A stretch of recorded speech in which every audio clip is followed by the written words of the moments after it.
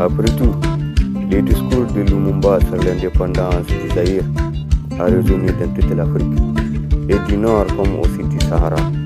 Et malgré les fardeaux que fit le mouton Mobutu, et aucune brutalité, aucun service, aucune torture ne peut conduire l'Afrique à demander grâce envers ses anciens esclavagistes, car elle a toujours résisté avec la tête haute, tout comme les panafricanistes Lumumba.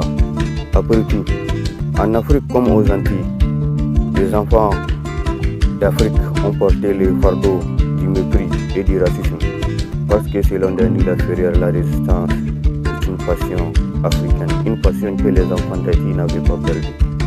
Après tout, le chant du Patrice Lumumba a appris à l'Afrique que l'histoire dira un jour son mot, même si ce ne sera pas une histoire qu'on enseignera à Bruxelles, à Washington, à Paris, mais celle qu'on enseignera dans les pays affranchis du néocolonialisme et de ses fantoches, pour paraphraser les vaillants panafricanistes Lumumba.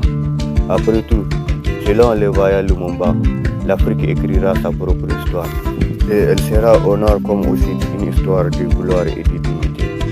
Après tout, nous savons tous que l'Algérie n'est pas française, tout comme le Kenya n'est pas anglaise, tout comme le Rwanda ou Burundi n'est pas belge, tout comme l'Afrique n'est ni française, ni britannique, ni américaine, ni russe, mais africaine.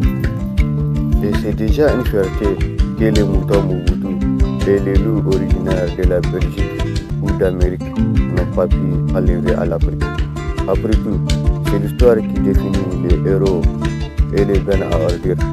Après tout comme la République démocratique du Congo a résisté à l'aventure meurtrière de Mobutu Mobutu, la patrie des hommes intègres a aussi résisté à l'aventure scandaleuse de Mobutu Compaoré.